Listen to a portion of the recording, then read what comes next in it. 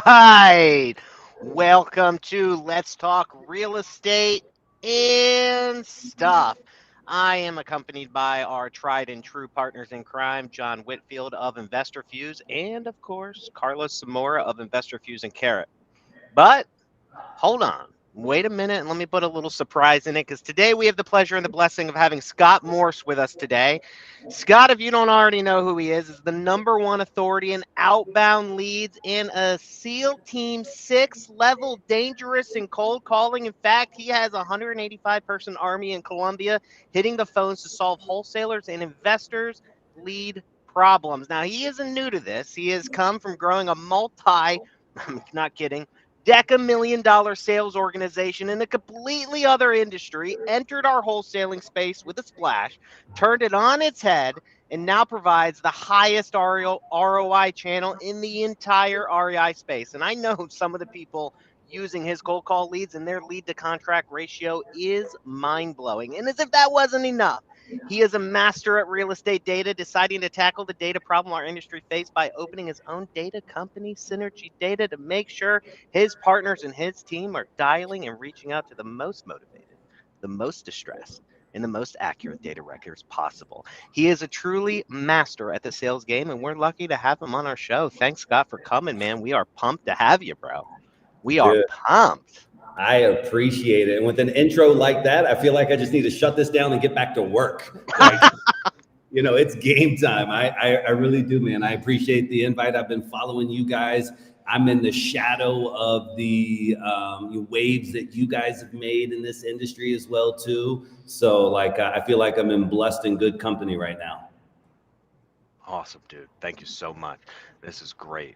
What is today? So we're pre-recording this on Thursday, and we had some topics we wanted to discuss, generally around your expertise here, Carlos. Yeah, to kick things off, man, I appreciate you coming on, Scott. I know your team reached out. I was pumped to have you on. Some have said the either Pablo Escobar, or if you guys are familiar with the movie Blow, Johnny Depp, they kind of equivalate Scott to the Johnny Depp character that just goes down to Colombia himself, sources his own resources, starts his own businesses. But one question, I want to start off with something super general because we all probably get asked this question every day. I'm talking to either brand new investors, well-established investors, friends of mine here locally I hang out with, have been wholesaling for a long time. What's working for investors today? I have my own opinion and I give my own insights, just kind of ear to the ground, having a pulse on the industry. How do you answer that question? I'm sure you get every day too. I think one of my advantages, and at some point there's probably some aspects it's a disadvantage, but I came into this industry like 4 years ago as a pure raw outsider. And so I never really experienced any of the waves. I didn't even know I was going to be looking for waves. I didn't know that there was maybe quote unquote a mental seasonality. But the way I look at it is we buy at a discount no matter what the price is. And so I don't know if there's really anything that's working now that wasn't working then, because it's the same fundamentals and principles that are evergreen, so evergreen that it's not even applicable to just this industry. It's just, am I talking, am I getting myself in front of the motivated sellers? Am I presenting an offer that's worthy of an exchange of equity for value? Because I'm going to give you value, Mrs. Seller, and you're going to give me equity. And am I strong enough in my sales and follow-up process that I'm actually commanding a discount and a contract to be signed? And so I don't think there's anything different that's working now that wasn't working then, because those are just the steps you have to go through no matter what the industry looks like on the outside or the quote unquote economy. 100%. I lean towards that answer as well and emphasize just consistency as far as marketing channels. They're all working. Maybe texting hasn't been working as well deliverability rate wise the last year or so, but I typically lean towards consistency. Marketing channel wise, if we can get one layer more specific. Yes.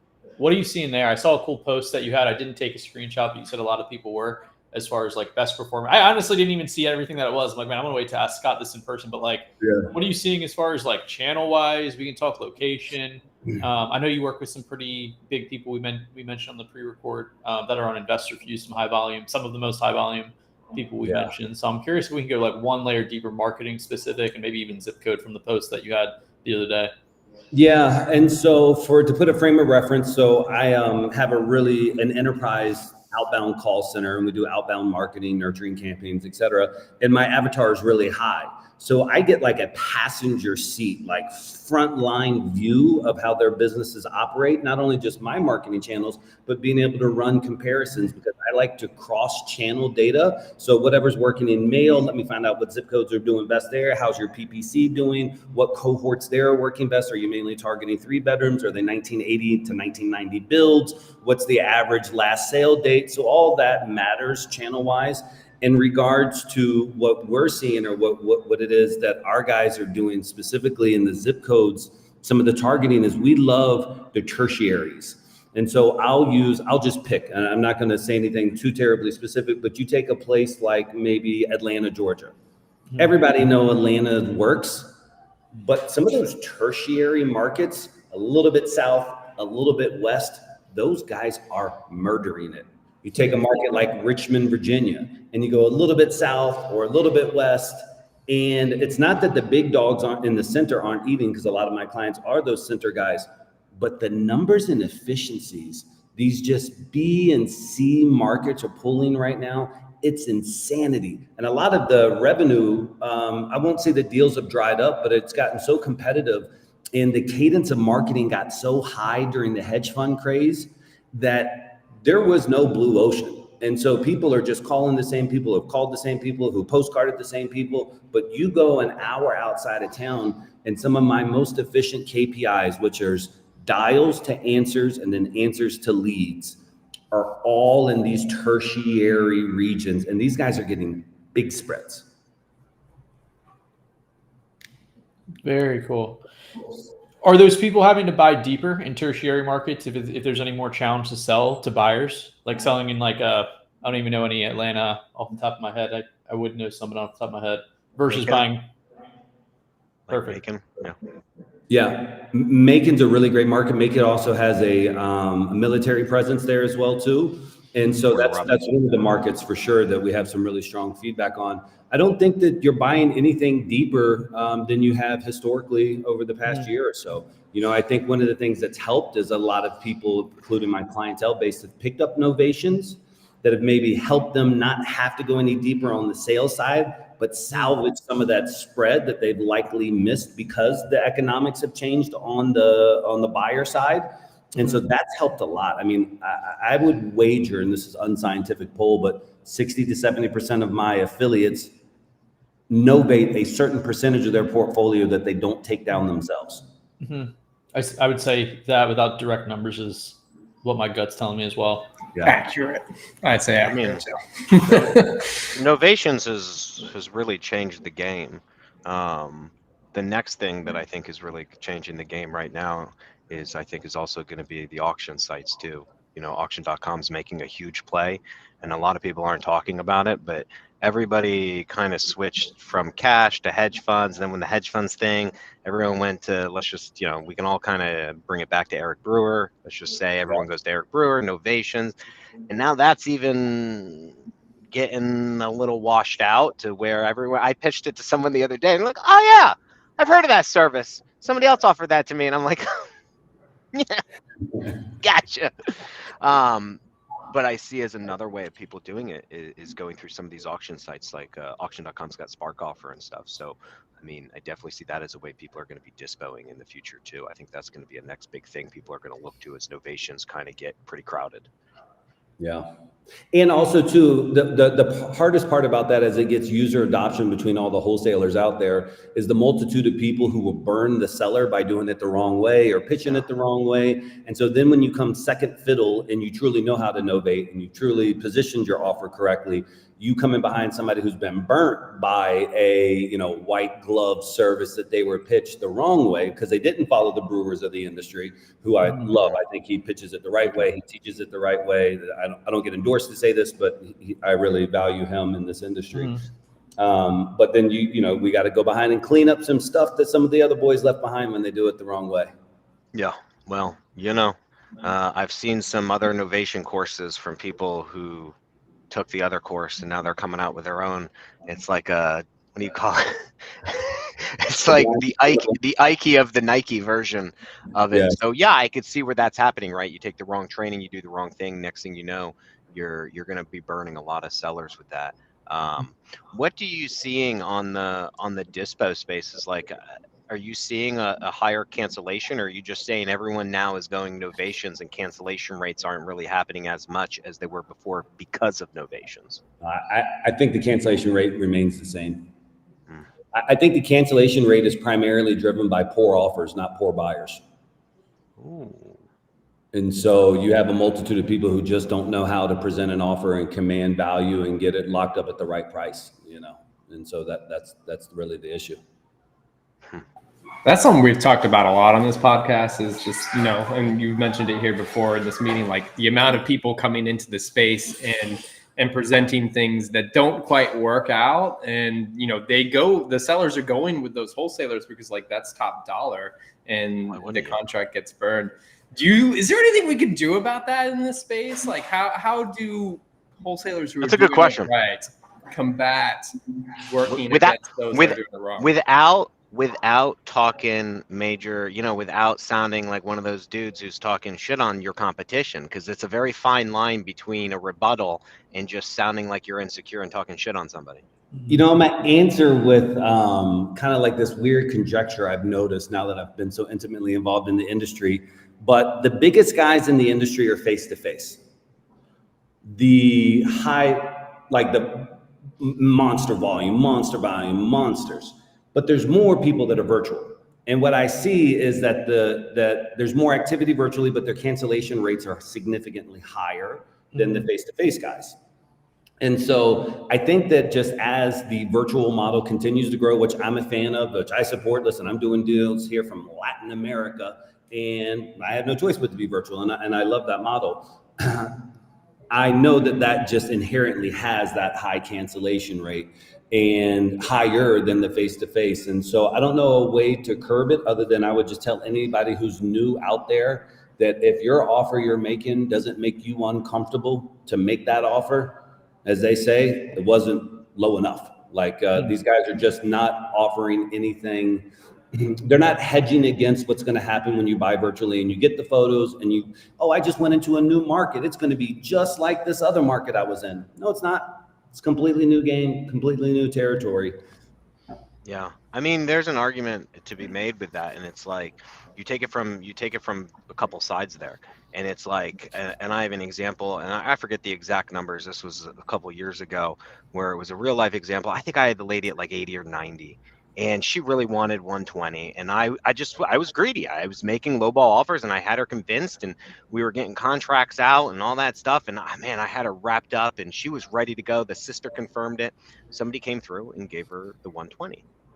And I was thinking to myself, so obviously I lost it. That's fine. I could have went 120 if I was being honest, right? But I made my low offer, my initial offer, and I stuck with it.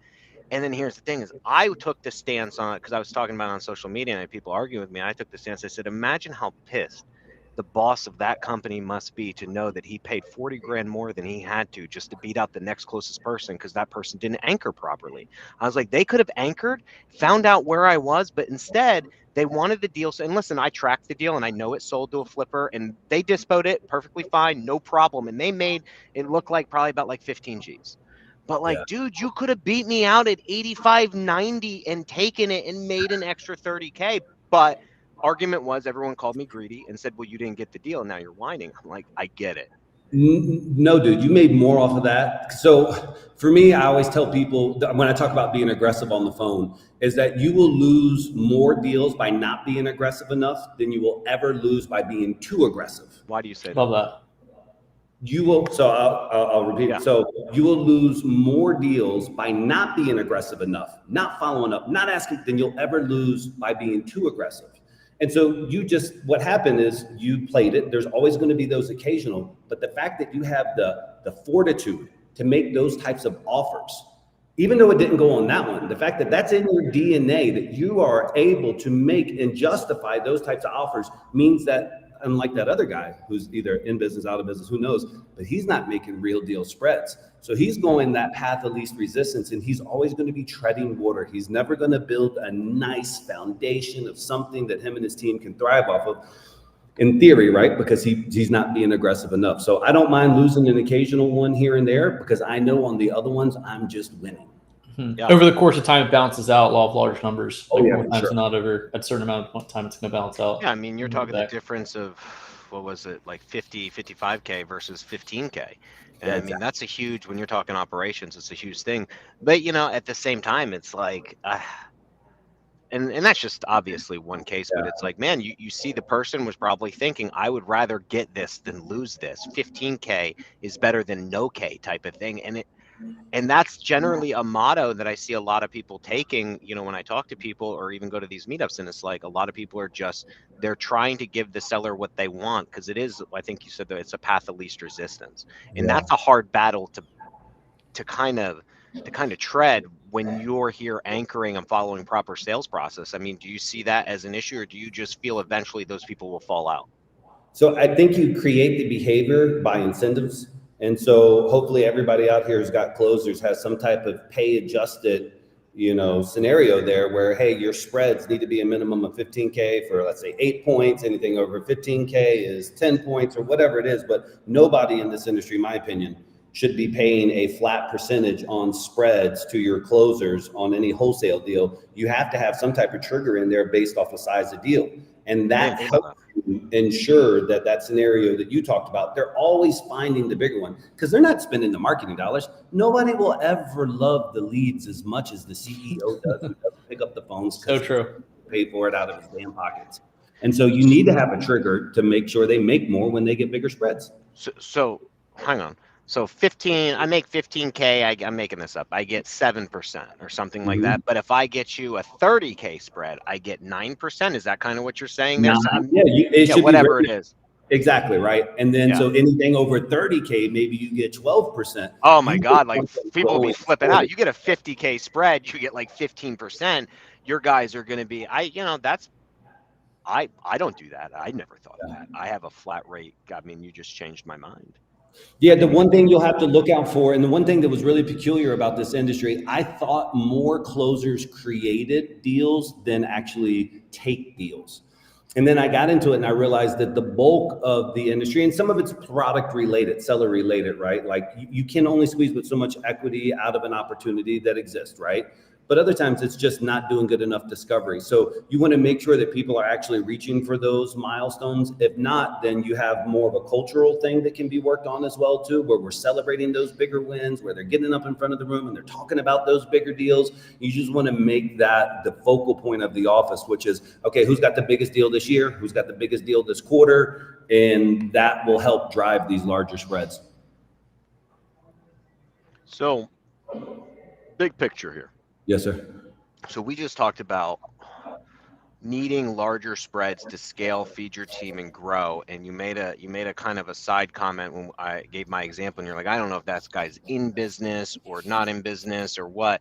So do you believe, like, as we're going down, and I have my beliefs of where I think the space or the industry is going, do you feel that the way we're going right now is geared more towards, I don't want to say, but like large 2 mega wholesaling operations in the days of, because let's be honest, I've been doing this since like 16, 17, right?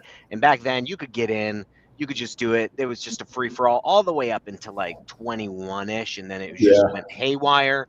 And the competition of newbies coming in because it was order taking.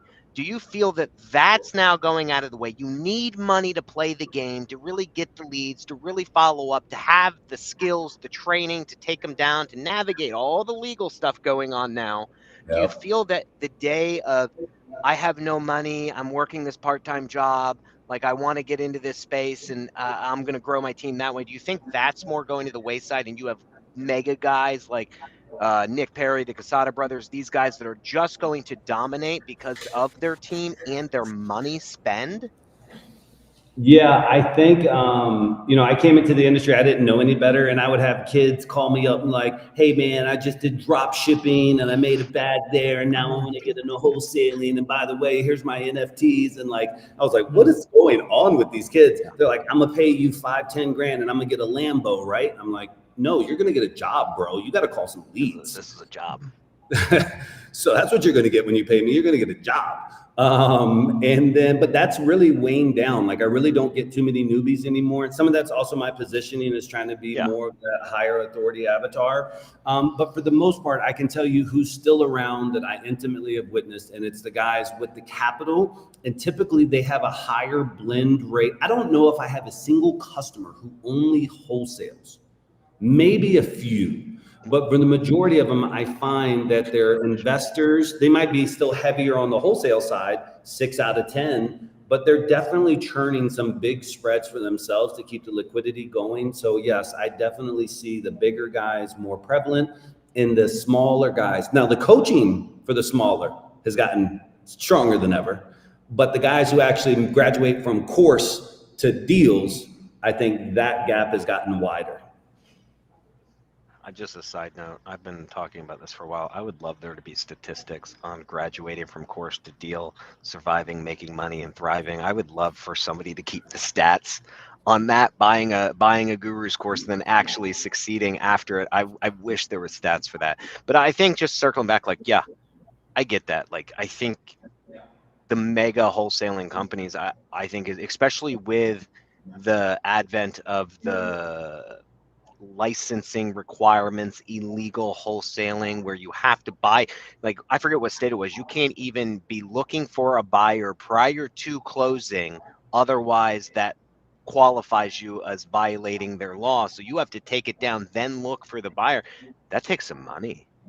That takes some connection. Like, you have to have private money or your own money and the ability, liquidity ability, to maintain that while you do it.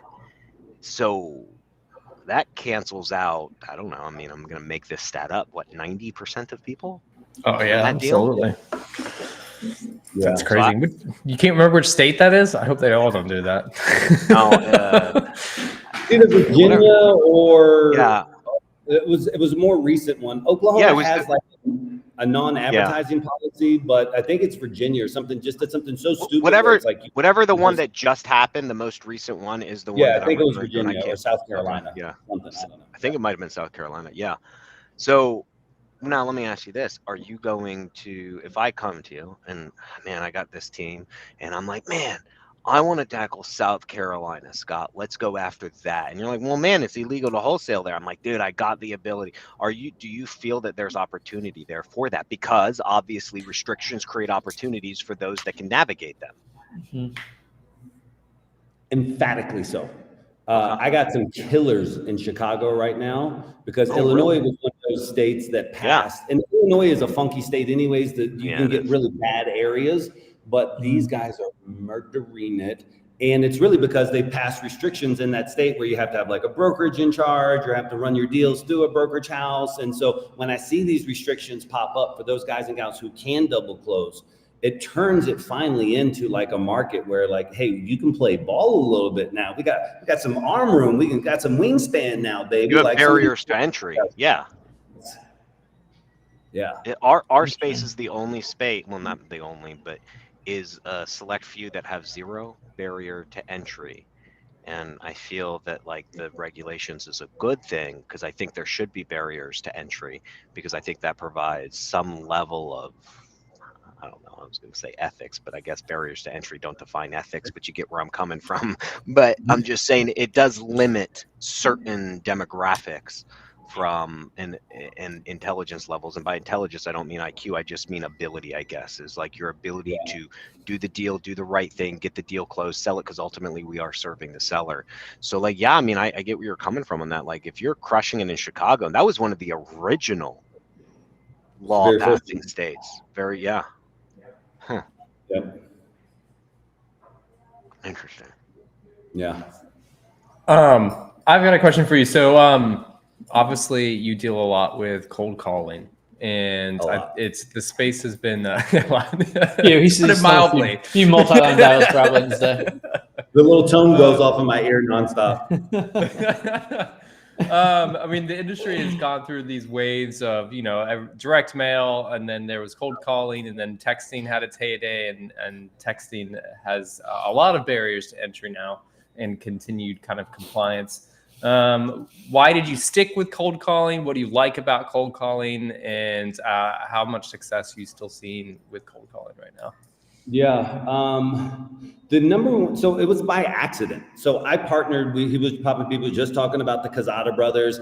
Alex Cazada, who's I consider a dear friend, got me into this industry. I just winded down this other business. He was like, bro, if you just take your business model and apply it to this industry, like you'll murder it. And he explained some of the things to me. And all I did, swear to God, I literally was still living in Orlando at that time. I went on a bunch of different websites. I filled out like 5 forms. Nobody called me back that day. Like maybe one guy called me back the next day, 3 days. And then the few people who I actually talked to, word salad, no structure, nothing. And I was like, holy moly, wow, this seems highly disruptible, boys. And then I outsourced because we're PPC heavy right out of the gates. And then I outsourced first to, the guy told me he was in Costa Rica, ended up being in Egypt. But then that sucked. And then I went to the Philippines, which is somehow worse. I swear to God, one time I was listening to one of these calls and it was a chicken cock-a-doodle-doo in the background. Oh, we've heard that, yeah. Bro, are you kidding me? And then I started to feel bad. Like I got people sitting on milk crates making calls for me. Like this is just wrong. I couldn't wrap my head around it. And so I told Alex, I had some connections to Latin America. I was like, bro, dude, I'll just run down there for a couple of months. I'll set us up a shop. Let's rock and roll. And, I'll be back by Sunday type stuff. And I fell in love with it. I fell in love with it. And then people then started asking us, how are you guys so successful? I was like, yeah, well, I built this thing out. And then all of a sudden somebody else wanted to do it. And I was like, oh, this is a business. Everybody's got this problem with underqualified leads, which is now finally the answer to you, John. It's like, how do I feel about it? It's like saying, how do you feel about a car? There's so many different levels to a car. Like it could be a beater, it could be a Bugatti. And so I feel really good about my car, the vehicle, if you will, that we use for this outbound marketing channel, because we've put so much refinement into it. We put so much focus on like hyper qualified quality conversations, because what I couldn't understand about VAs, and everybody who's ever hired a VA knows this, it's like, or a cold calling VA, they're like, okay, you got to hire a VA. Then you got to hire a leads manager to recall the leads that the VA called before then you can then finally get to the closer. And I'm like, well, why can't I just have all these guys? Like, what do I need to both? And so I was like, what if I just created closer quality fronters here? So that way my closers could really just focus on people that they wanted to talk to that actually wanted to sell. And that was the concept behind it, man. And it's gone exceptionally well. It's a lot of work, bro. Like, I mean, it's a lot of investment in time and human capital and emotions and teaching people who've only been in customer service the art of the sale, the art of communication at a high level. It's a very tough gap between customer service to like phone assassin. But it's possible with the right leadership. Yeah.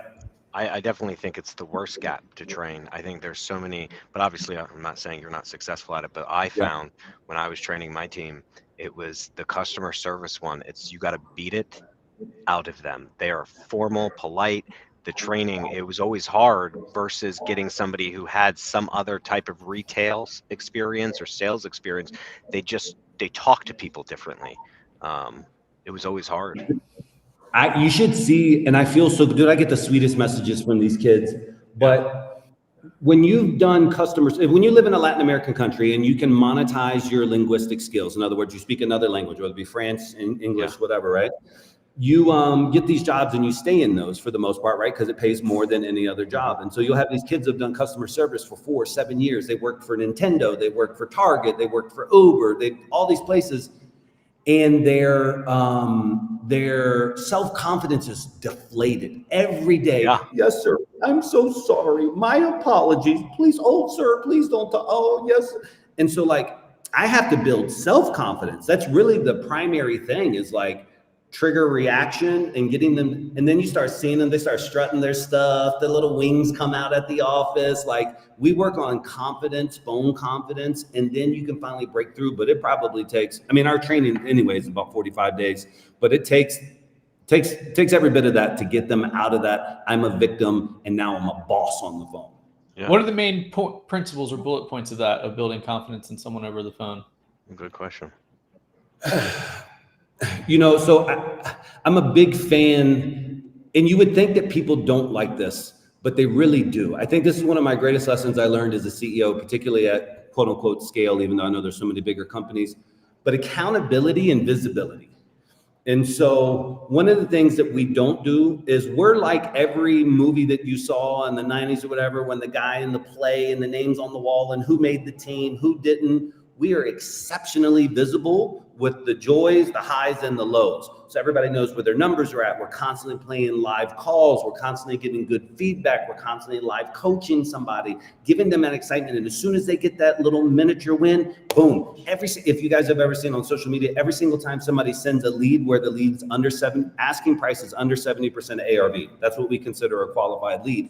The whole floor erupts. A trigger goes up on the screen. The whole floor erupts. Everybody's screaming and yelling. And so those little micro wins, because dude, it takes like for these kids anywhere between 250 and 350 connects for one 70% and less lead.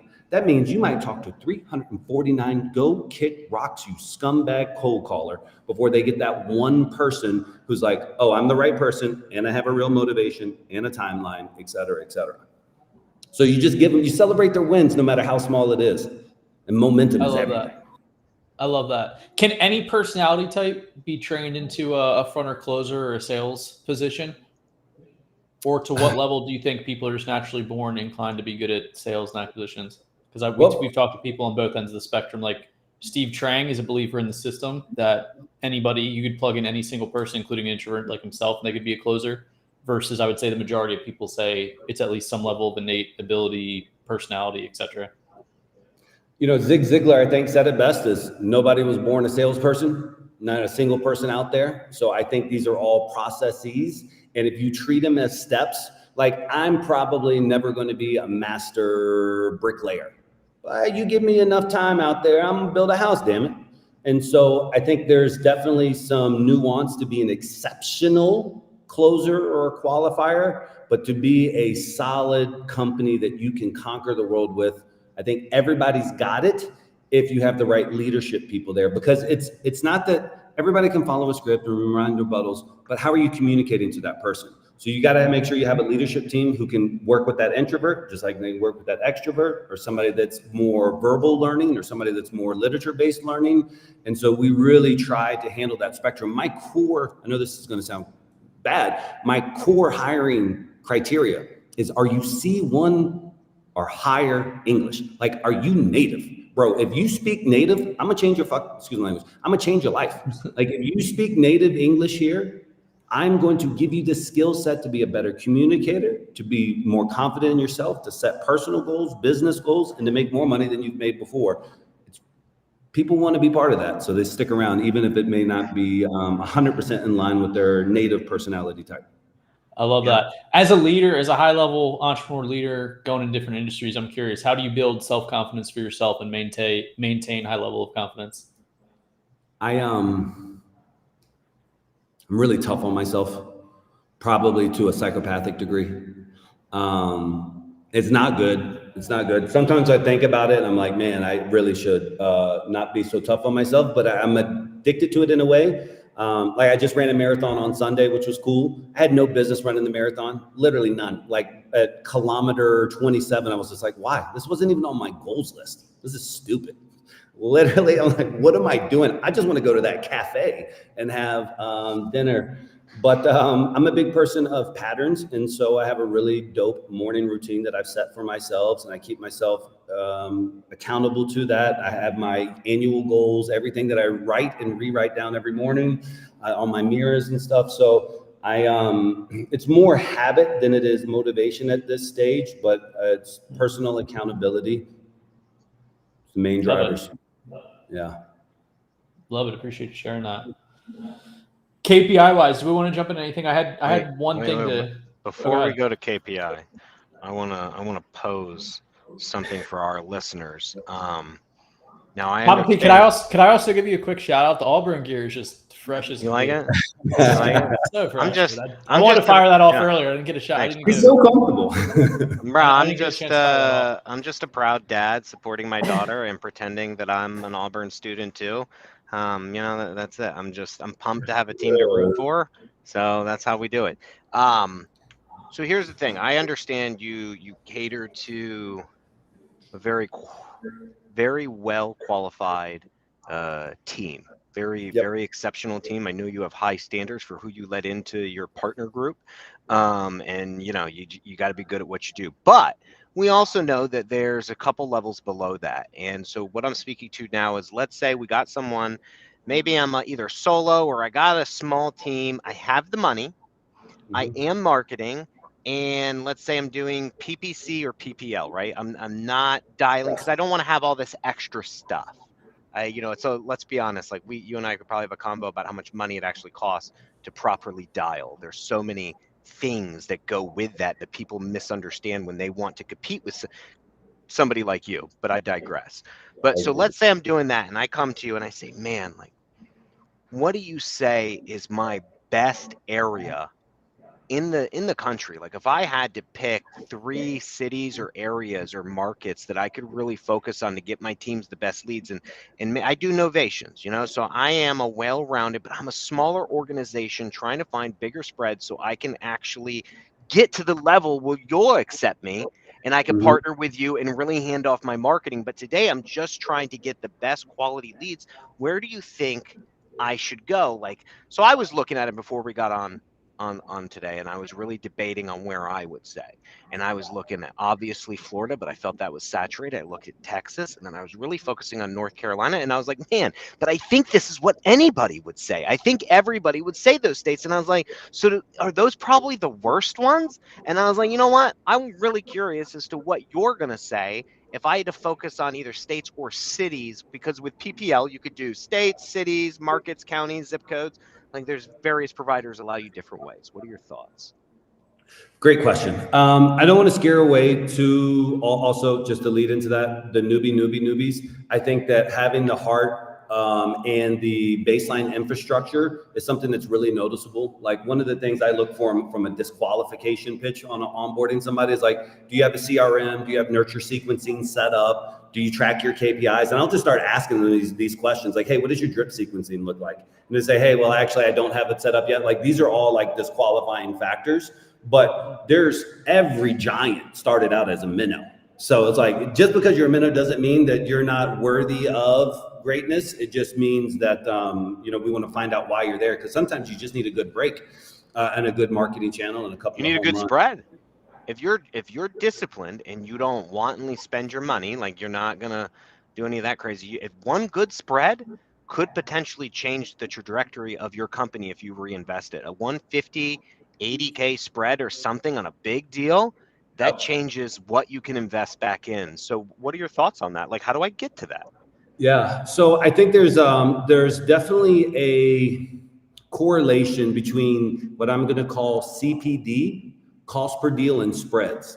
And so every time you're willing to invest more on your CPD, you're going to see a trend line equal to on your spreads. So you can't go consistently and pull out 15K deals and you're spending $750 on a CPD. It's just not going to happen. And if so, God bless you, I'll buy your course. It's just not going to happen.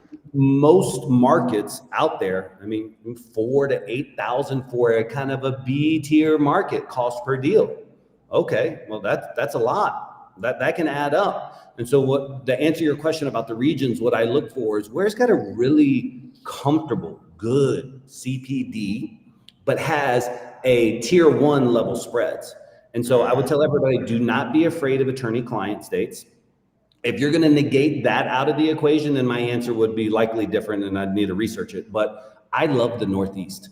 I'm telling you right now, everybody on this call and listen, and everybody says exactly what, and by the way, Texas has gotten so much better in the past 9 months. It's crazy. But Texas, I like out of year 3, but it wouldn't be in my top 5. I would be in the Northeast. I'd be Connecticut. I'd be Massachusetts, outside of Boston. I love Vermont right now. That Northeast area, certain parts of New York actually are performing really well. I like those. And then I like Midwest. I'm murdering it in St. Louis. I mean, I love those Midwest flyover states because what I'm looking for is a lower CPD, a higher spread, less competition from the cowboys in Arizona who are struggling to get deals, and they're like, let's go drop 10K on PPC. You want to go Texas, Florida? And so we want to avoid those because nobody in Arizona is saying, let's go to Connecticut. They're just not. You're the first person to ever say Connecticut. I'm just Yeah. gonna say that. I've been doing this for like 8 years, 9 years, and like I've never heard somebody say Connecticut. Let's go to Connecticut, bro. Guys killing it. Yeah. There's, but that's the advantage, right? And you don't want to go like West Virginia. I'm sure though there's some guy getting bread in West Virginia right now, but I can tell you specifically those markets are performing very well. There's a very, very large need for inventory up there, and there's a need for real sales skills, because the one thing people really don't appreciate as much is if you do have sales skills and you are in the Sun Belt states and you're from Florida and you got some guys that used to sell timeshare and you got some guys that used to sling cars, you call into Mobile, Alabama, and you are going to bully every wholesaler in that market out. And boys, I don't know how, like there's levels to your localized knowledge of communication, with all due respect. And so you really have an opportunity if you're in a forward market to go back a level and really dominate because your systems, operations, communication skills are higher. So okay, go ahead, John. How does somebody like let's go with this avatar again, like I'm good, I know what I'm doing, I'm trying to scale. How do they determine what those markets are? I mean, you have access to a lot of data. We have access to a lot of data, but if you're the average investor, how is it that you're figuring out? I've never been to Connecticut. Like, I don't know what to start targeting in Connecticut. How would they go about researching that, looking that up, and making a decision to try a new market like that? So I wouldn't have that answer if I didn't do 48 million dials last year, right? Like I see it in the data. Everything that I'm saying is really data driven. I really don't know how to answer that question. I tell you, one of the kiss of death though is just going to a mastermind and talking to some random guy named Paul who says, oh, I did 7 deals last month in my market, and all of a sudden being like, I'm gonna go into Indianapolis.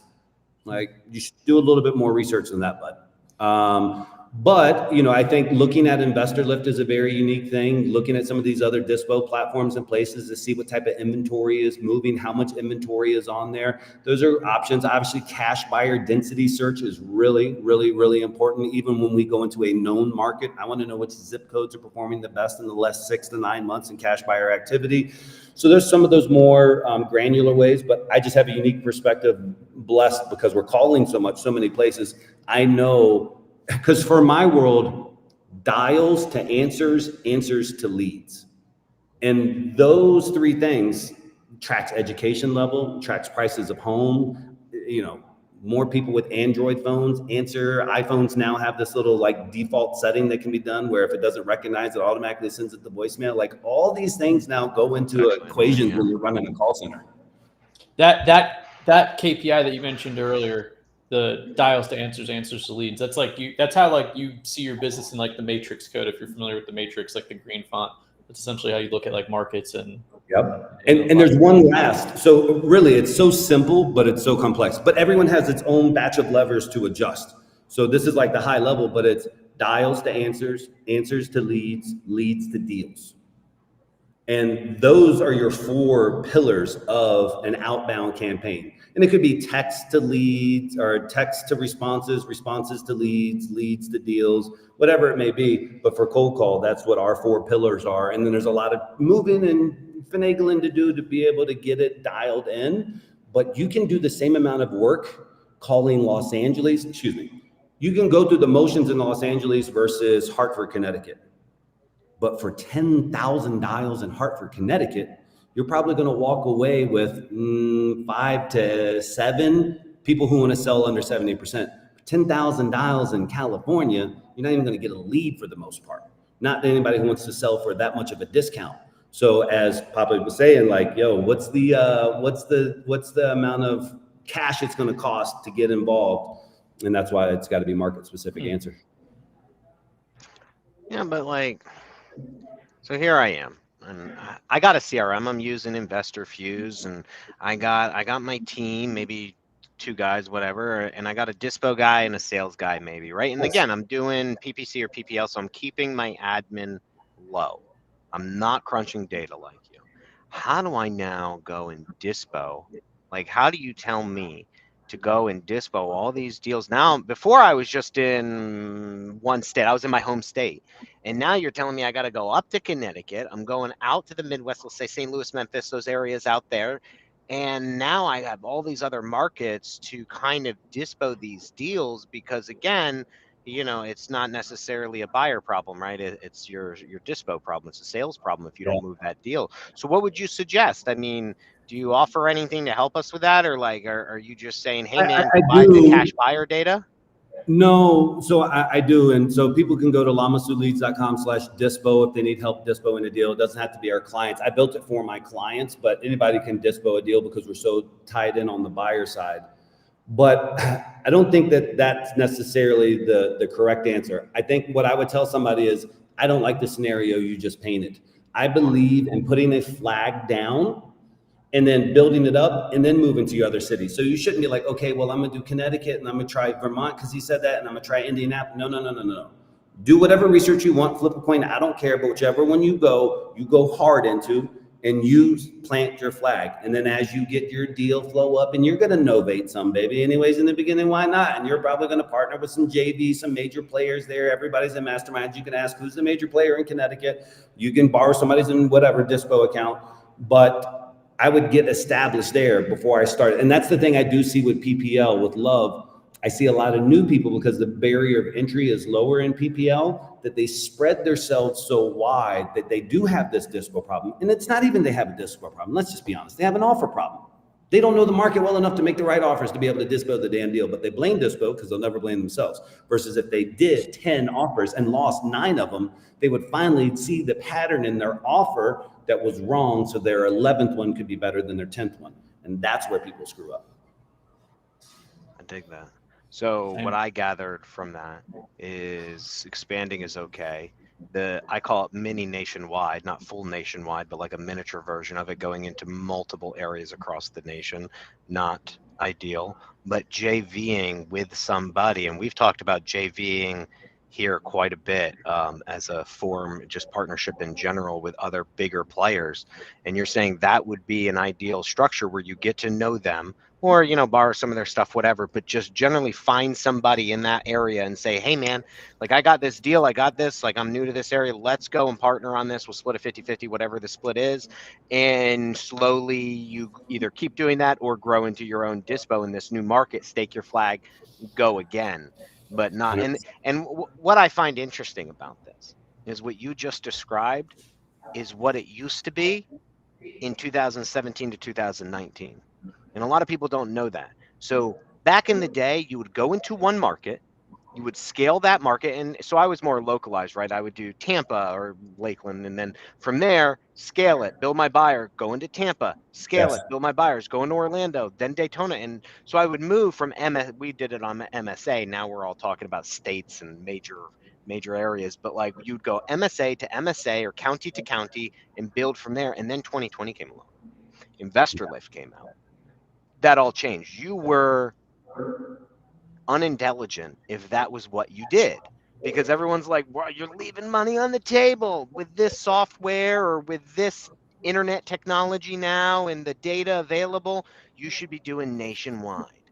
And that was the new advent of that. And I find it funny that now you're saying, hey guys, like, because I always talk about reverting back to the mean, everything goes back to the way it was. And it's like now the real success comes in mastery of an area per se, or two, and then going into your next one. Just think about how many people had the name just SFR3 on the tip of their tongue for years. How many random people throughout the nation? So it was like a culmination of what you were saying there too, but it was just like everybody was buying everywhere. And so the barrier to entry was so low and you could stumble into a deal and you didn't have to price it right. But for me, I see it now. It's pivoted, as you say, back because I came into the industry. I came in the industry right in the middle of it. I just honestly, I thought it was all easy money like that. I was like, oh, look at all these guys. It's insanity. And then when the hedge fund craze went away, I watched a lot of people just evaporate. And then you start to see it. So it's a culling. It's good too because the strong survived and the people with the communication skills survived. And so I'm happy to have those as the clients. I like it though. I really think. I honestly, I don't know. I'm just old school. I really dig the building out an area, or even like I'm a huge JV person. Like I really believe in building out those partnerships with somebody. I think there's enough to go around, especially if you're not having to have the data and the team to build your buyers out. I mean, there's a time and a place for your dispo department to really scale. But again, partnering with people in another market, I think, is a huge benefit, especially if you can't get the MLS access or something out there to be able to do it. You got to partner with an agent or another wholesale team or somebody to get all that out there. I can't tell you how mind-blowing it was, how many people who I would generate. Let's say you hired me for Connecticut, right? I call a lady in Connecticut and she's like, well, honey, I don't want to sell my house here, but I got a house in North Carolina I want to get rid of because I was going to snowbird and it didn't work out. So we would qualify that lead. It would be super hot fire and we'd send it back to that affiliate in Connecticut and they'd be like, bro, what are you doing sending me leads outside of my market? I was like, are you an idiot? Like, this is your lead. You paid for it. Get on the fucking phone and close these people. What is wrong with you? Yeah. And so I finally had to get over, like, there's just some people that, yes, like, but you don't want to say no to free money. Like, bro, like, just call this lead and see. You just don't know. Yeah, go ahead. No, that's why I had to start the dispo thing, because I was just like, all right, I'll send you the lead. Just lock it up. I'll help you dispo it. I know you don't have anybody in North Carolina. I got you. Yeah. I mean, it's just tough because, like, I was that guy. Because back in the day, if you gave me a lead in, I'll just say Connecticut, right? I know 0 people in Connecticut. I know nothing. I have no MLS. Back then, we didn't really have, like, I guess we had PropStream back then and like Batch that was existing. But like, I had no way to figure out what to do. So I would literally just be like, oh, well, this lead's trash. Like, now if it happened in an area, I met someone at a mastermind or something, like I'd be like, hey man, can you work this? But generally, like, that would happen because that was how we were structured back then. And 2020 came and all of that changed. And now everybody's stuck on that. And everybody believes like you're either in a full novation, or I'm sorry, that's wrong, a full nationwide or a mini nationwide model. And it's very hard to stay scaled into 1 or 2 markets because you're getting eaten alive by other people. There's not enough deals to go around. And I don't want to hammer the effect, but the major players that we know that I have the insights into who are quote unquote nationwide, they're really not. They're not doing PPL. They're doing PPC. Most of the times they're self-managing their accounts, and they might have 14 cities, and those 14 cities are spread nationwide, but they're not like AdWords, geolocation, USA, no restrictions. No, they're going into the markets and that are performing the best for them over time. And that's how I really help a lot of people who did that strategy. They're like, hey, I was in 12 markets and they're like, where should I go for cold calling? I'm like, well, tell me about your biggest spreads. What markets did you have the most success? PPL or PPC may give you some insights as to where you should drop your flag and establish a monster outbound channel because you had this peculiar success. And you're like, dude, Louisville, Kentucky, I got 3 leads there in last year or last quarter, and dude, I murdered it there. And I was like, okay, well then let me pull some of the cash buyer activity. I like what you're smelling. Let's see if we can't find something to justify it there. And so it's a great way to get into a new market too. John's nodding his head this whole time and smiling as if like he has inside knowledge that this is 100% true. What do you got, John? It's 100% true. I just had to have this conversation with other product people building products. Like, the word nationwide is not what you think it is. It is not nationwide. They are not targeting like you just, I'm not going to repeat everything you said. You're 100% correct. I've been inside those ad accounts. I've integrated those ad accounts. They are targeting specific things and they're just calling it nationwide. Exactly. But yeah, it's interesting too. Like, and I do think most wholesalers realize that hopefully sooner than later.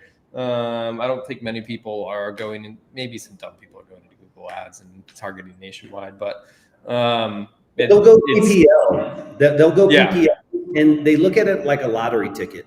And that's one of the advantages of the PPL companies is a lot of people really do approach it like, hey, I'm gonna spend $27 27 times, and if one of them hits, then I make money. And so they're kind of looking at it with no strategy. But as you're saying, John, like the real people have a strategy behind their quote unquote nationwide.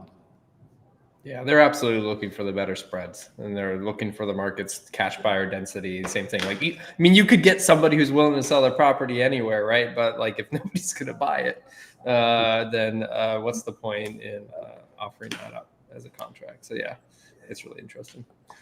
So I wanted to talk one thing we've done multiple episodes on drip sequences. And we had you and I, we had a pre-show.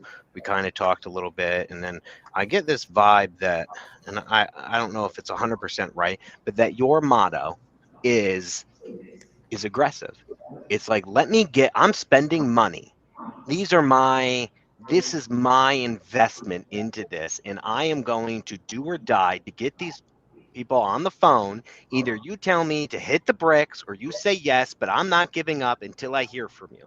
So my question, right, if that assumption is true, like the way I structure my follow-up sequences, I'm sure is different than you. And we spent like 3 episodes building some new follow-up sequences, drip campaigns with texting and calling and emailing all involved. And we had these long combos about like, how aggressive do you get? And so we had some that were like a 4-week period for like brand new leads coming in on inbound. And then we had some that were like 2 months for like leads going more.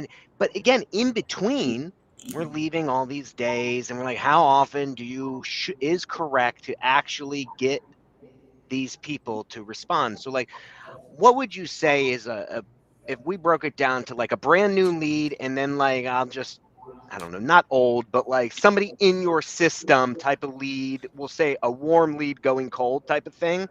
What do you say is like the appropriate spacing? Like, how many times do you touch them? Like, what is your goal? So I don't waste my money on whether it's one of your leads that you gave me, a PPC, PPL, or whatever it is. They all cost money. So like, how aggressive do I get?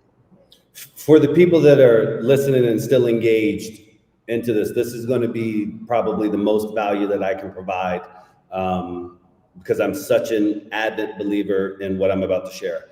So when I walked into your guys' industry, I saw that the industry was pretty good at drip sequencing on half of what they should do. And so the way I look at drip sequencing is very defined. You have no pitch, no contact leads, and then you have terminated lead drip sequencing.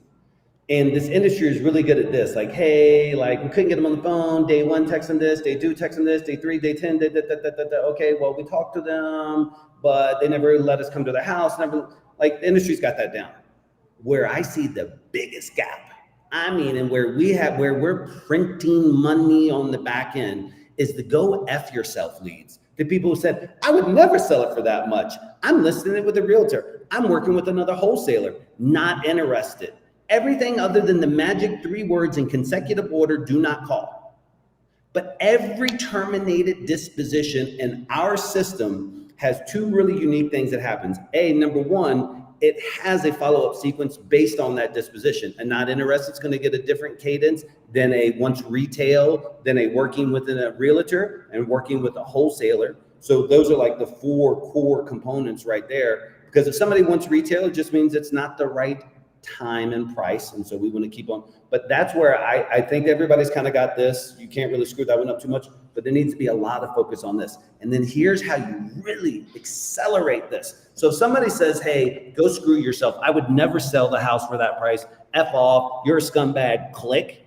The very next day they get a message, hey, I was just thinking about you yesterday, blah, blah, blah, blah. Then like 7 days later, and then it cools out a little bit, but we're following up with them. The drip sequencings are it's built out for over a year.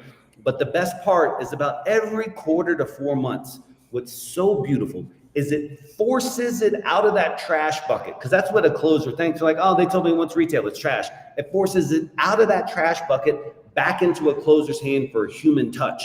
If you don't force your closers to call the previously terminated leads on top of the texting or the emailing or the RVM that you're going to drop them, you're missing out on a very, very huge opportunity. So our terminated leads, not only do they get drip sequenced forever, but it also requires a certain cadence of a human touch on top of the manual automated drip sequencing. And dude, we're pulling out deals that are 600, 900 days old, 1,000 days old, because we just don't leave them alone. So aggressive. Especially on the go F you leads. I can't emphasize it enough. The people who said go F you had a bad day. Their wife was rude to them last night. They got stuck in traffic. Their buddy told them something wrong about the real estate market. The wholesaler they said was going to sell the house flaked out. The realtor was a scumbag.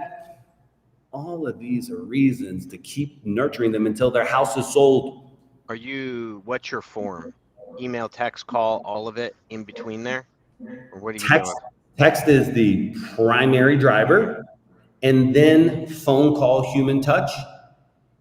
That's really it, honestly. Like when they get on the phone with them, they'll shoot them a manual email. I don't have any email drip sequencing for that. I could and I should, and it would help. But Yeah. our texts are aggressive and our outbound phones are aggressive. But what's really important is that in your outbound phone system, both text and manual pickup calls. So you got to have those. But you also in your system need a cadence of refreshing your numbers. They're gonna block your number, bro. They don't want to talk to you now. So you 100%. can't just keep on texting them for a year and a half from the same number with the same non-responded to message. You'll die.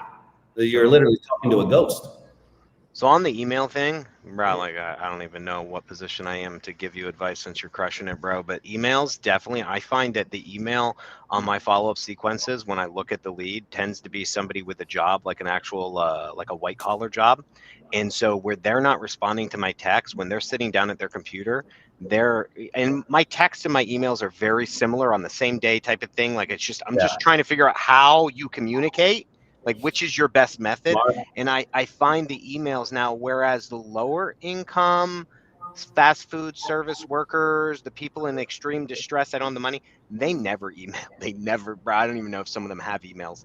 But I do find that the white collar people rarely text me back, whereas during the day I'm getting more emails back on my follow-up sequences from them specifically, and then I'll email them because it's just like they're at their computer anyway, right? And they're checking their personal emails while they're working. And so I get the responses from them. So that's pretty good. Now, so I'm in here and I'm calling this person. Let's just say, so we're talking about texting. Should I do like every 3 days, every 10 days? Like, should I do it 1, 2, 3, wait 5, then do it, and then wait 5 and do it? Or should I just do once a week? I'm texting them. Like, what do I do here? Yeah, I wanted to ask that too. Does aggressive to you mean like I just don't stop, or Every is it day, like I'm annoying them every single day, Yeah. sending them a It's two answers. On the first one, I'm hyper aggressive. On this other one, I'm nowhere near as aggressive because this is just to get the conversation going.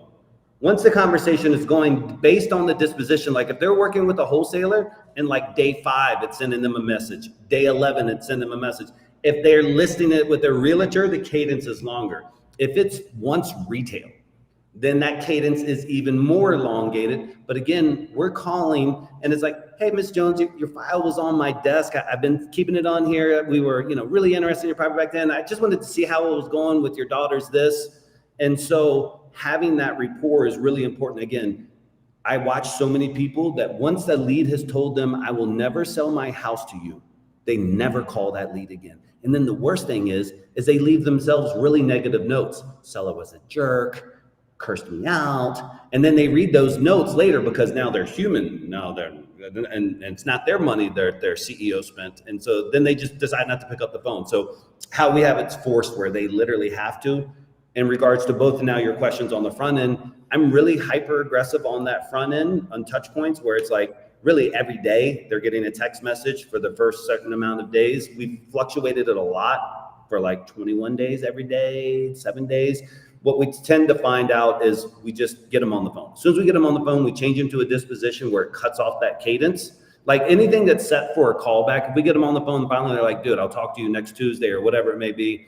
We move them out of all drip sequencing. Because I don't want to send them a conflicting message. If we're pitching them on an offer, if they're talking to their spouse, all those drip sequencings get frozen out. So it's only like, I want to blow you up until you get on the phone with me. Phew, got on the phone with you. Now let's wait until we make you an offer. And if you told me no, then we're going to start this more elongated, highly profitable drip sequencing on the back end.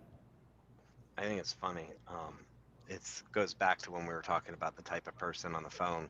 So, but I would not let my team, based on what you said, like they relieve themselves notes, they read it and they don't want to pick up the phone or dial them. I would not, like the way InvestorFuse is set up, in our training, I had specific instructions of how they dialed in the process and the order, and they were not allowed to open the notes. It was open the lead, click the number. Once it's ringing, you can open the notes, because too many times they would open and I would do it to listen. And how I learned is because I did it. and I'm me. It's my money, and I'd be like, ooh, I don't want to talk to that guy. That guy was fucking mean. He told me to F my mom. Like said he was never. And you would just make an excuse, and you'd be like, yeah, I'll go to the. And you'd push the action out, and you go to the next one. And so we stopped that because it does happen. It just does. So I found that was funny that you obviously on your team, like you make sure that never happens. And you're like, hey guys, your job is to talk to people. Because again, you find out that even those people over time change. Everything changes in time. So one thing we talk about on this show when we were setting up our sequences, and I don't know if you do it or not, but we started to talk about the style of messaging. And by style of messaging, I guess I mean about who is it from. So in our industry, there's a general consensus in our sequences or follow-ups in the text message we send. I am Brandon, and you and I spoke. Hi, John, it's Brandon. We talked the other day, and I wanted to follow up with you, next week. Hey, it's Brandon again. Hey, it's Brandon. Do you remember me? And that's generally, in my opinion, the consensus of how people message in their sequences. They're emailing, hi, this is Brandon, and we did this, and I made you this offer. Now, I forget how it came about, but I think I got a sequence from like OfferPad or whatever it was. And I was just like, man, I really dig how they're doing this. It has nothing to do. It's a company-based thing. And so you start to look at it as a company, and I expect those sequences from a company, especially after the 2 CPA laws and all that, where now you have to put your company name. And these bigger companies, now that they had rules to play by, they entered the texting space because they weren't going to violate it. And so I'm getting all these messages, and I brought it to them, and I was like, hey guys, like I really think there's a different way to sequence and drip them. And it's not based on, hi, I'm Brandon. You wanted to talk to me because it's me. It's more about, I'm an organization. You have talked to my company before, in my company this, and hi, this is, offer please, and whatever, you spoke to us. We have not yet got you on the phone. Is there a reason why? And we also added surveys into it, where we now send out surveys in our sequences, and it has nothing to do with me or Carlos. It has everything to do with the company, and we call them banner ads. Now, I think that's a little different than what generally everyone does. How do you tackle it? Do you want it to be, I'm Lamasu or whatever the company your marketing name is, right? I'm this company, and you want to talk to me, not just an agent? Or do you go after like, hi, this is Samantha. Hey, I had your file on my desk there. Hey, this is home offer, please. You've been on our list to make an offer. Do you still want to talk to us? What's your tackle? Like, how do you angle that? So I preface it with, I don't know what's better because I've never A/B test. And as a CEO, I think that the answer is always in the results of your A/B test. So I've only done, and it's funny because you said Samantha and I smiled because we do Sarah. So we use in the initial launch a girl's name. We position it, hey, this is Sarah, with our wholesaler office name, et cetera, et cetera. On the back end, it is a lot more formalized, because this is our underwriting department from the company that's reaching back out to them, et cetera, et cetera. There's some different cadences based on the disposition, but reality is I don't know. I can just tell you what we do, which is we're really heavy on a female soft voice reaching out in those initial messages, because we're beating the shit out of them so bad. We're just beating them up so tough in the beginning that psychologically, correct or wrong, I just figure I need to soften the blow by having it sound like it's a nice, sweet young girl. I always went with I don't know the correct term, but the gender fluid names of Jesse.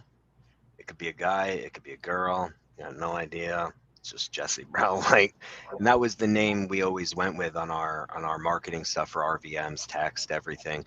I just thought that with the advent of like OfferPad, Zillow Offer, they're not really around anymore, but you get the idea. Like, and people going to them because they felt that the large organization provided stability and they could always go back to them versus 20 different wholesalers. And let's be honest, do they really remember Jesse or Brandon compared to Scott and Carlos? I don't know. I haven't A/B tested it either, so I don't have an answer here. I'm not taking a stand. I'm just talking about, like, generally, is there a time and a place to change our attitude towards this? You know what? I think you raised another strategy, though, that I always talk about, which is I want to be that really successful, almost like mid-sized company, if you will.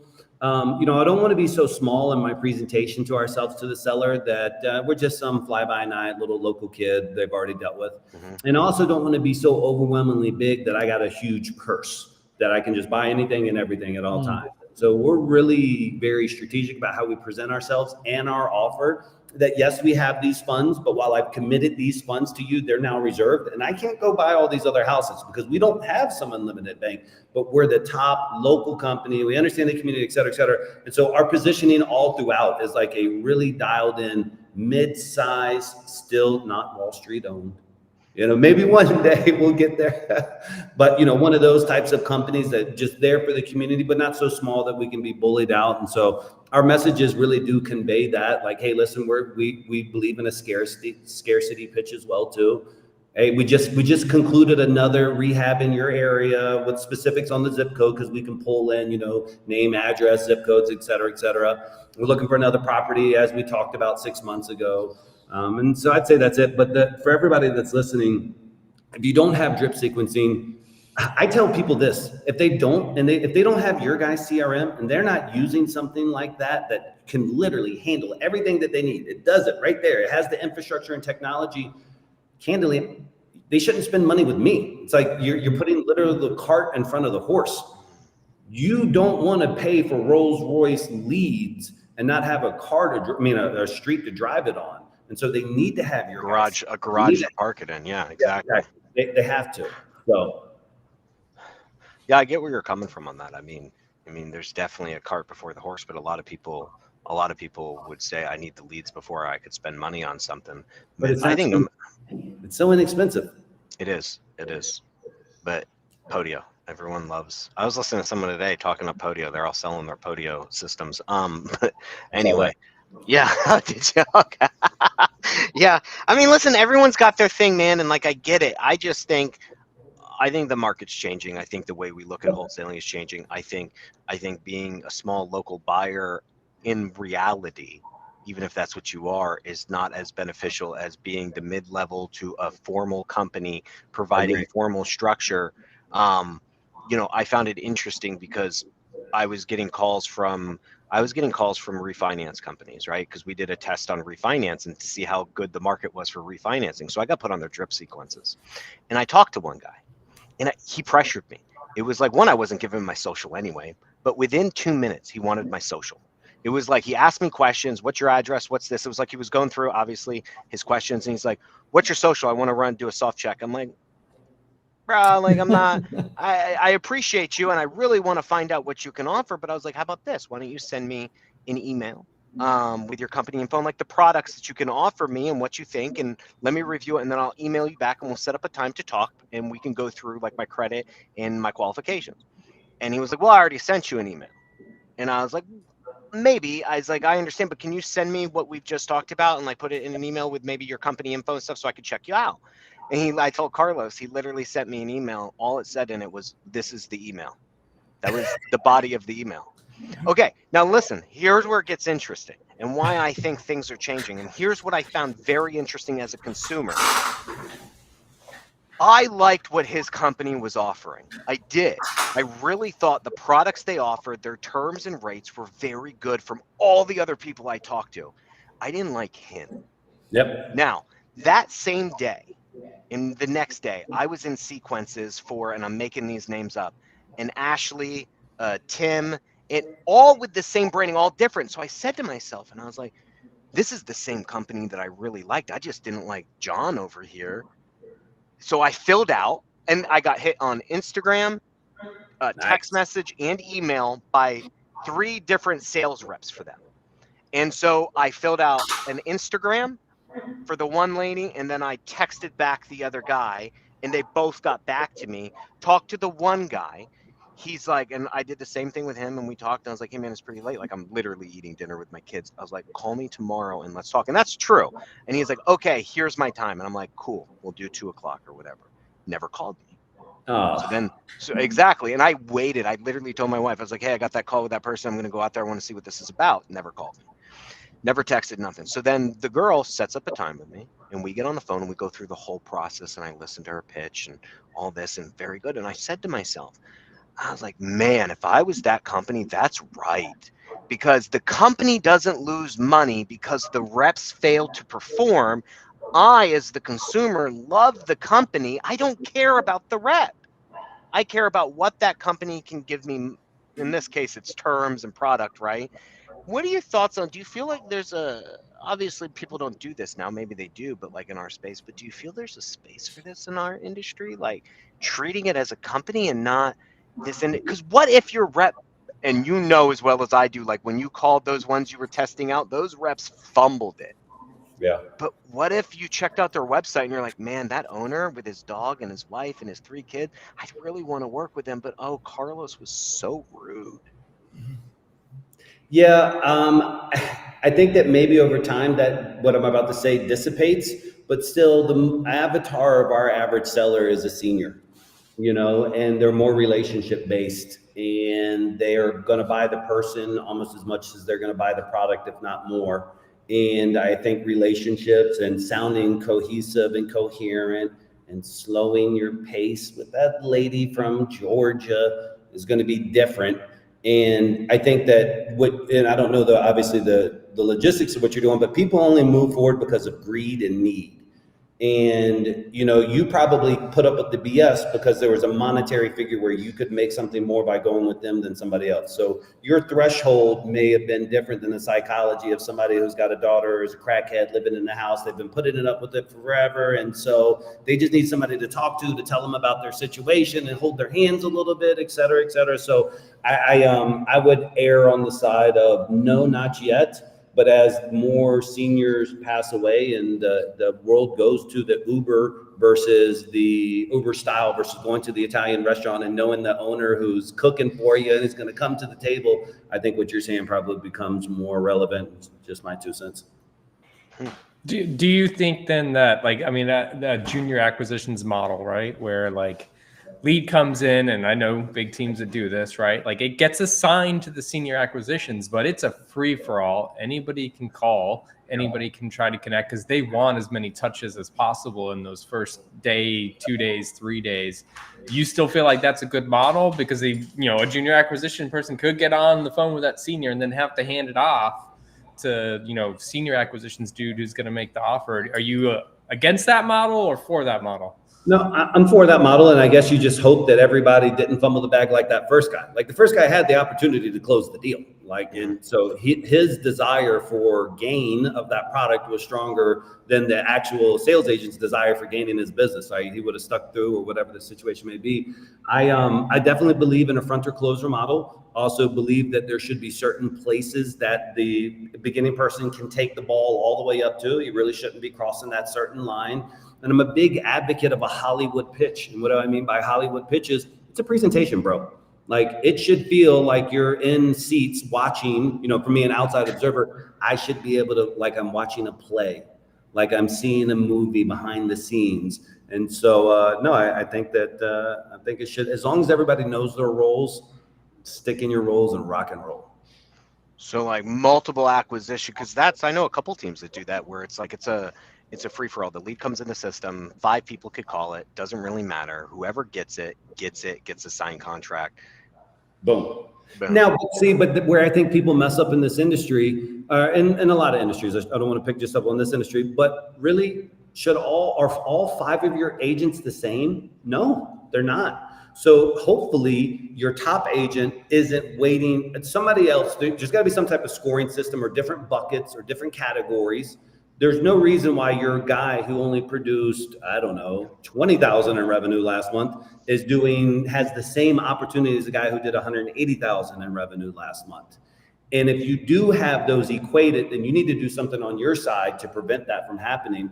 You could do hot hands, where whoever got the deal the day before gets the first batch of leads in the morning. You could do a signing of leads. So that way, hey, there's an administrator who's saying, hey, listen, this PPC, you're working PPC today, you're working cold call, you're working mail, or hey, this new one, I just checked it out, I want you to work this leads. There's a lot of different ways to do it, but for sure what we're talking about happens a lot, which is everybody treats their agents like they're equal, and they aren't.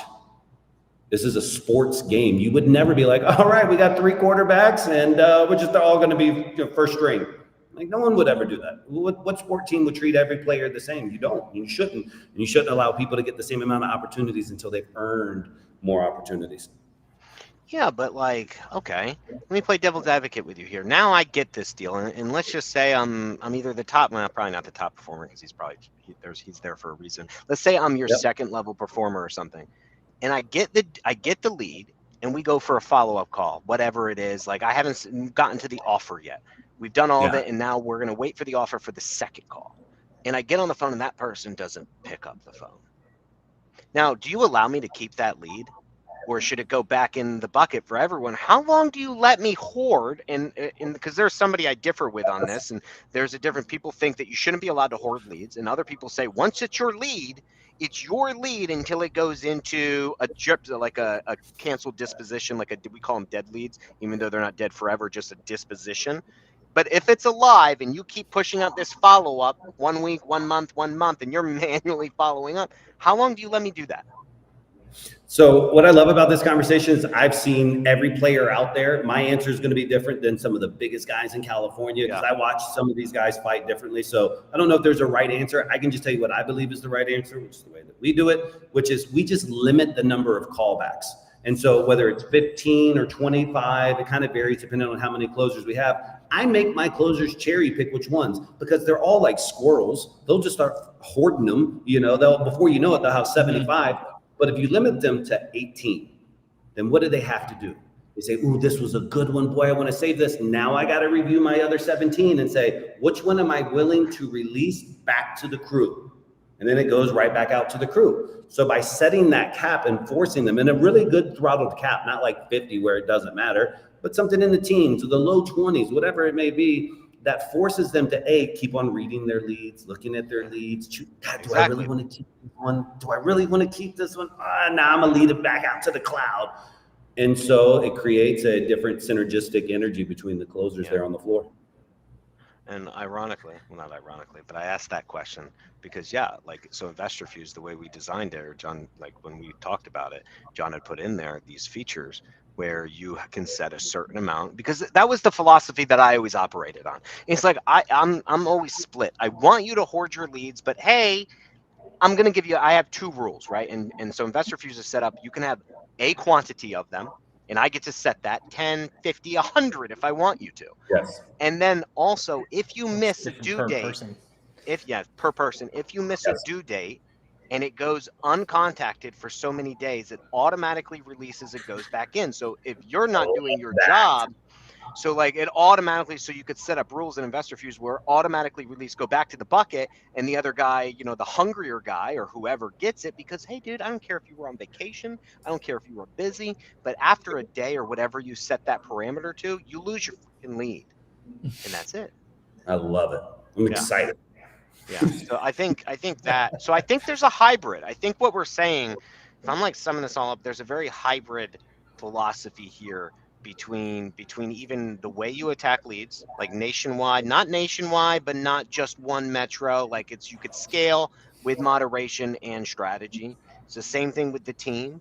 It's like it's okay to have fronters and closers as long as you have it structured. It's okay for them to keep leads as long as there's structure to it. It's okay for you to do follow-up sequences as long as you're splitting those follow-up sequences and they have meaning to it and not just willy-nilly, but also that you have a home for these leads as well to actually, so you're not wasting the money. But what I gather, if like, I don't know if you guys, like I was kind of like categorizing everything Scott had said, and I believe that what we've kind of said is in order to survive in this industry, you have to be a medium to large company with processes in place. And that's just where this industry is going. The days of being able to solopreneur it or willy-nilly it, right, I think are over, and the barriers to entry are coming in. Not just barriers to entry in money, but what I'm gathering is barriers to entry in process and skill. Yeah. I support that. I agree. And it doesn't mean people from the outside in shouldn't give it a crack, but just don't let somebody lead you down this, rosy green path where everything's going to be super simple. It's going to take some capital. It's going to take more time. And it's going to take patience, and you're going to have a resiliency that you may not know if you have or not until you get into this battle. But it's a battle, but it's also a beautiful, beautiful industry. I myself, again, stepping as an outsider, I see it as a land of opportunity. it's true when they say, hey, you can build generational wealth and you can build decades wealth. And it's like, okay, we're going to refinance this. And now you're learning about other asset classes and self-storage facilities and smaller apartment buildings. It's a beautiful industry.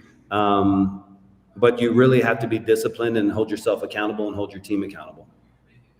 I love that you said that, because it kind of went into my next question.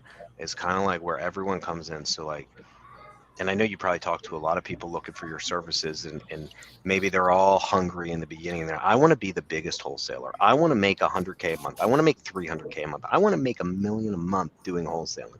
And there's a process to that, right? And it takes time, and it takes years, and it takes teams and operation. Okay.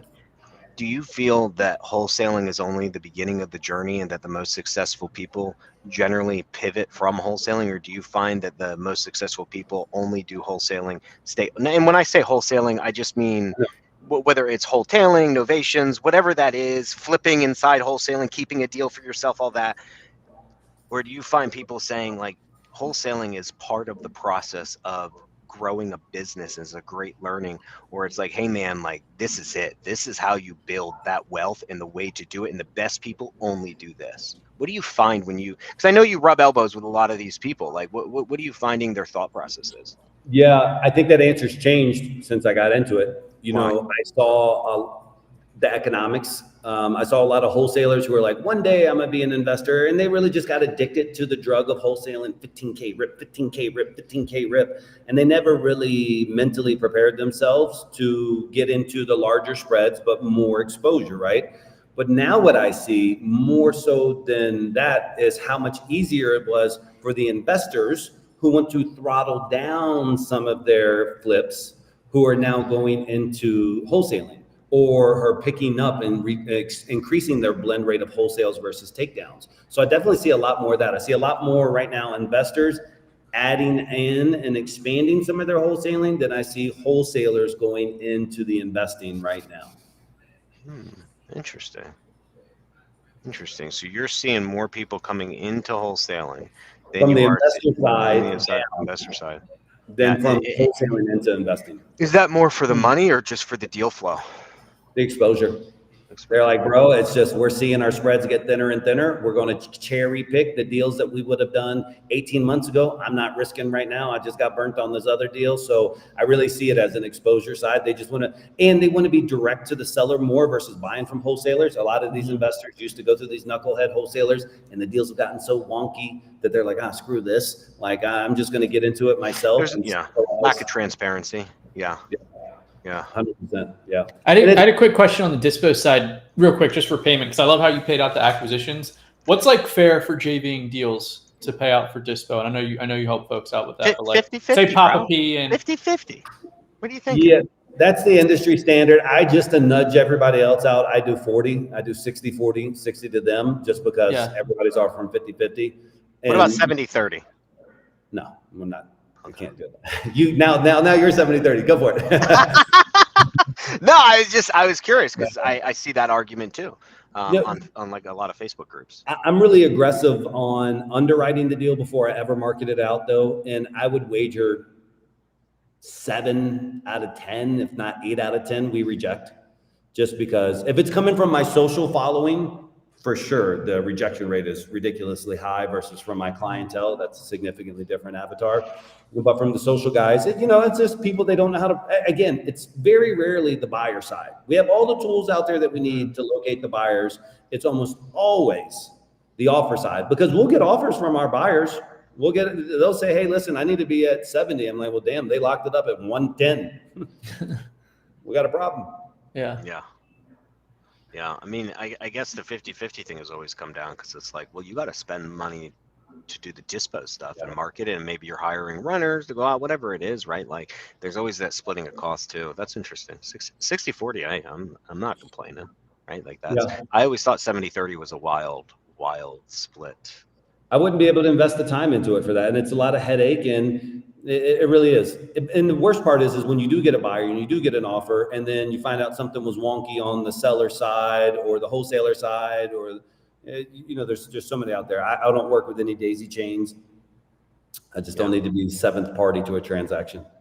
Yeah, it's the whole the communication level with some wholesalers. So I do mobile home parks, and like wholesalers are an avenue for me, and so I'm always analyzing deals again with wholesalers. The level of transparency with some of them, and they're so scared, and I get it. I was a wholesaler. I fully understand people going behind your back, stealing deals, all kind. Especially when you're trying to find people on Facebook to buy your deal, like it's a wild west out there of stuff. But like you're always worried about how their contract reads. Is it actually a good contract that protects you as a buyer? You asked me to put down 10 grand in a 24-hour period, and hey, I want to review your contract because like I don't know if I'm getting this money back because did you print this off of like OpenAI? Like, did you get ChatGPT to print this out? Did you hire a real lawyer? Like, do you have these provisions? So I get where you're saying from some of these people coming in, they want direct to seller access because they're saying to themselves, like, I need a little more control and a little more deal flow type of thing. I need more liquidity in here. I get that. You mentioned AI, so I've got to ask about it. Switching topics. I know we're getting close to wrapping up here, but I want to know your opinions.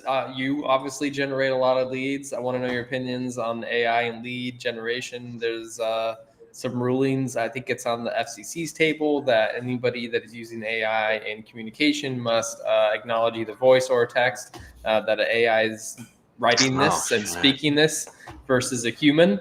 So what's your thoughts on how that's going to affect what you do currently, or if it's not, you don't feel like it's a threat? I'll hit you with the short answer and tell you where I think AI is going to make the big impact. I used to not be scared of AI on the voice side. Nobody has a qualitative, really good product yet, but some of the beta stuff that's out there has the capacity to just murder everything. Like literally murder everything. It's done. It's a wrap. Tell your kids about the good old days. Like it's over for sure. We still got some time, but I've seen some things that are like, wow. Because I used to think, oh, nobody could do a qualifying, and now I'm like, oh, they're going to do closing. Like we're going to be rolling into closings, virtuals at some point. Imagine that. But where I'm excited for AI, and I don't have a dog in this show. I'm not going to make any money from it. I just am really excited. I can't wait for AI comping.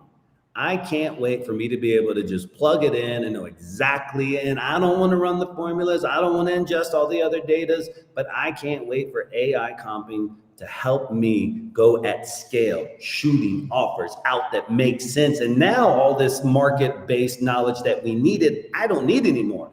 And I can truly go nationwide at like every major city in the United States. And I can do 300 cities at once because I'm confident that the data supports not only the cash buyer activity, but where I should be on square footage and what the percentage and likelihoods are.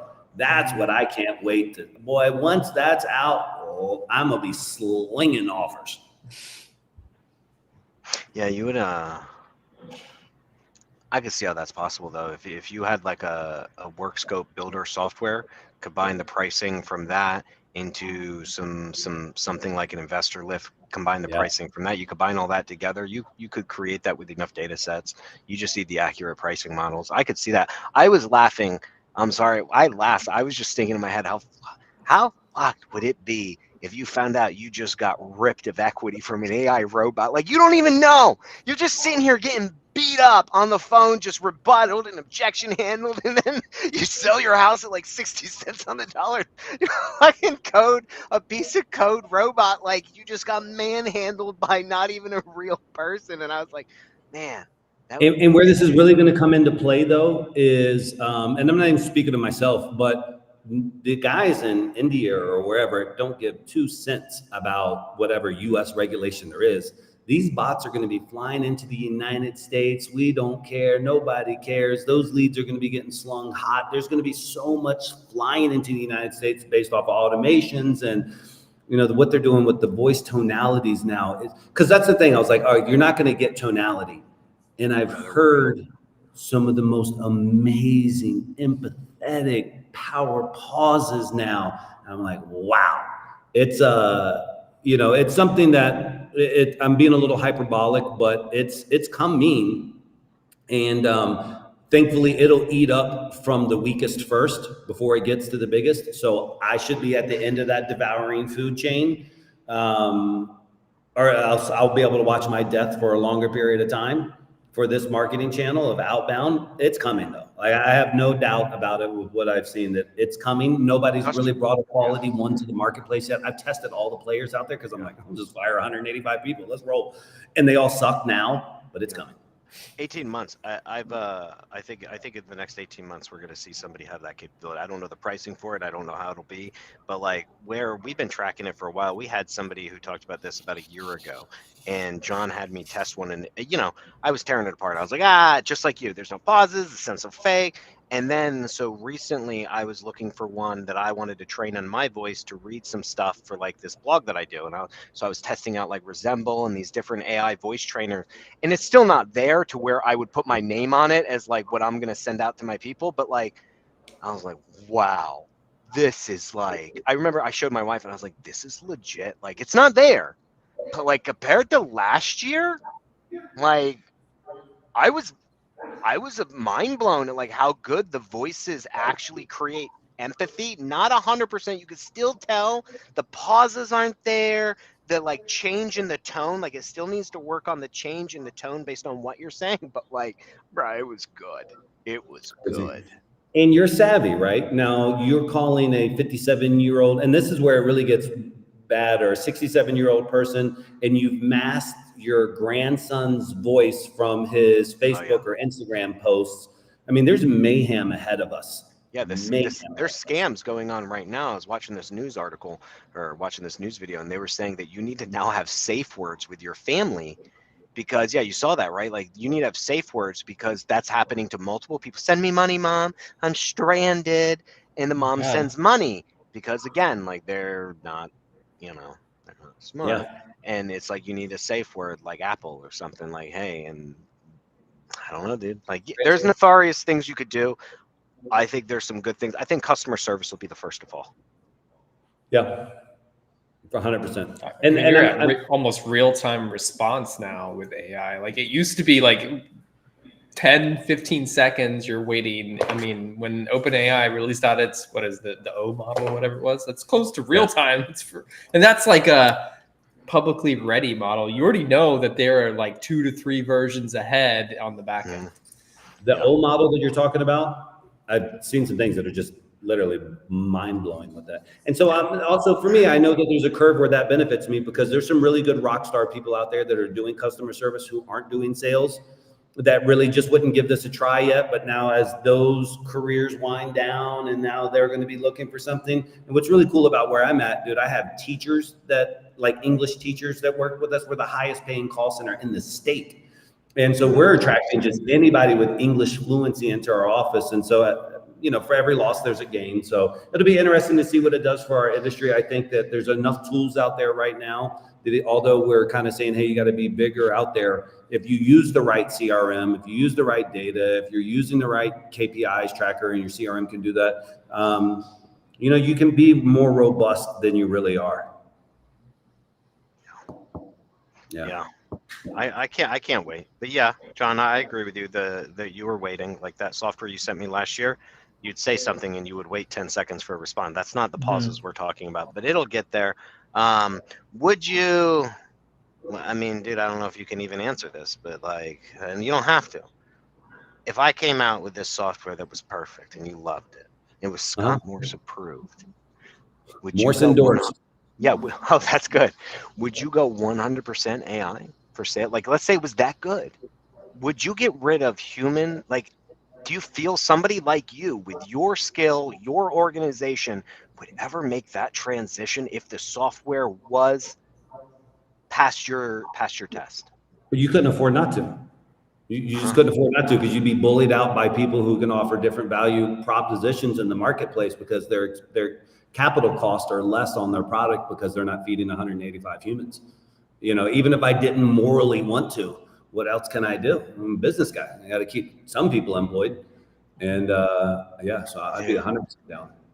On a side note, I don't know what that does for the office space industry, which is already struggling. Great point. Dude, they're talking about it here in Latin America about really what it's going to do to the economies in Latin America because so many people in Latin America and Eastern European countries and India, et cetera, other places, they really have this sub economy that thrives from feeding tier one economies. Yeah. And these jobs are the nominal jobs that are being first up to bat to be devoured. Yeah, 100%. I mean, you employ a lot of people, and just think about our industry in general, who employs the virtual ones all over to do the same thing, whether it's a fronter or closer, whatever it is, right? Dude.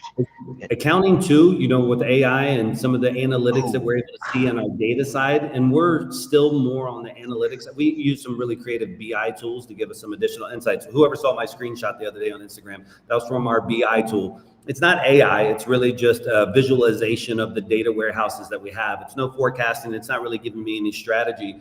But once we can now incorporate that side where I'm like, hey, analyze this, tell me 10 reasons why I should do this, and this. Like once that happens, it's going to help me drive more strategic marketing efforts and scripting, et cetera, et cetera. But it'll just be a brave new world. And thankfully, the one thing I'm happy about is the skill sets are evergreen. And so these art of communication, whether I'm programming something to have this or I'm training a human to have this, it has to happen. And so I'll either be the source of knowledge to disseminate through a machine, or hopefully through as many humans as I can for as long as I can.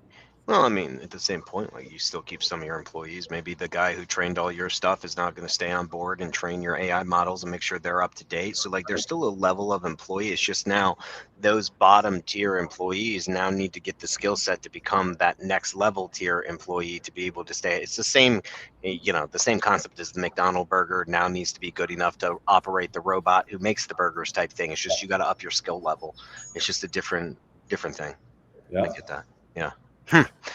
That's interesting, man. I mean, wealth of knowledge, bro. You have a lot of great, and we haven't even tapped. I know we're definitely out of time here, but like we haven't even tapped the surface of what I feel I could ask you and get your opinion on. So I find that very interesting. You've touched quite a bit of everything in this industry, coming from the background that you have or the way you participate in this industry. You have a lot of knowledge from different angles. Thank you, man. Yeah, I'm excited about your industry. I always say this to everybody. I'm a guest, and I also don't plan on sticking around long. I just want to come in, get a bag. I'm really mousetrap specific. This is just a mousetrap that I see. It's profitable at this moment, but you guys hit me up, immediately hang up like, dude, we got this thing. And I was just thinking, dude, I'll shut this whole thing down tomorrow. And I'm not married to real estate. I don't care. I just care about the mousetrap. And so whatever impact I'll make, and then I'll be gone. Yeah. Well, everyone's moving to solar, bro.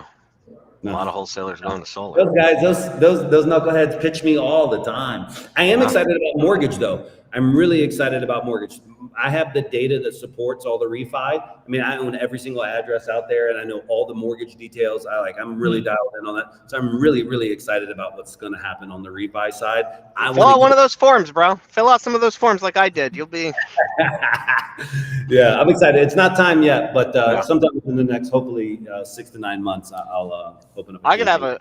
We could definitely have a conversation about that. I definitely have some, coming from 14 years in this industry, being a broker and an agent for the better part of that, and like helping people, and then going through that, working with lenders, then going into the investing space, the refi space. Sometimes I just wonder about like people, if they don't quite understand how refinance and interest and stuff, that it's wild, dude. It's a wild west. People will refi a home that with 5 years left and then re-up, and now they got like another 30, and they don't understand that they had paid all. So I had mixed feelings about it, but I get it. Like there are benefits to it. There's definitely benefits, but I think there's a lack of education for the regular consumer who does it. Yeah, I think, what's going on in the economy, there's a lot of people that are really leveraged bad right now. Yeah. And so their rates are ridiculously high. I mean, ridiculously high compared to where it used to be. So if they can get it closer back to where it used to be, I think there's an opportunity to bring a lot of people down and make a good impact in the medium. And what's also, we all share the same cohorts. So somebody may actually need a cash offer on their home and not refi. And so it's all literally all in the same loop. Exact same customers I'm calling for both. Hey, do you want to sell at a discount? Hey, do you want to refi? And so it's called co-registering, but we have the ability to do that at scale. Yeah, I mean, within the first few years is always the best time to refi. Like if you could do it, because you're still just paying mostly interest. It makes a lot of, especially if what happens in this market, I think, is going to happen. I think in the next year or two, it's going to be very good for that industry. Very good for that industry. So good luck, man.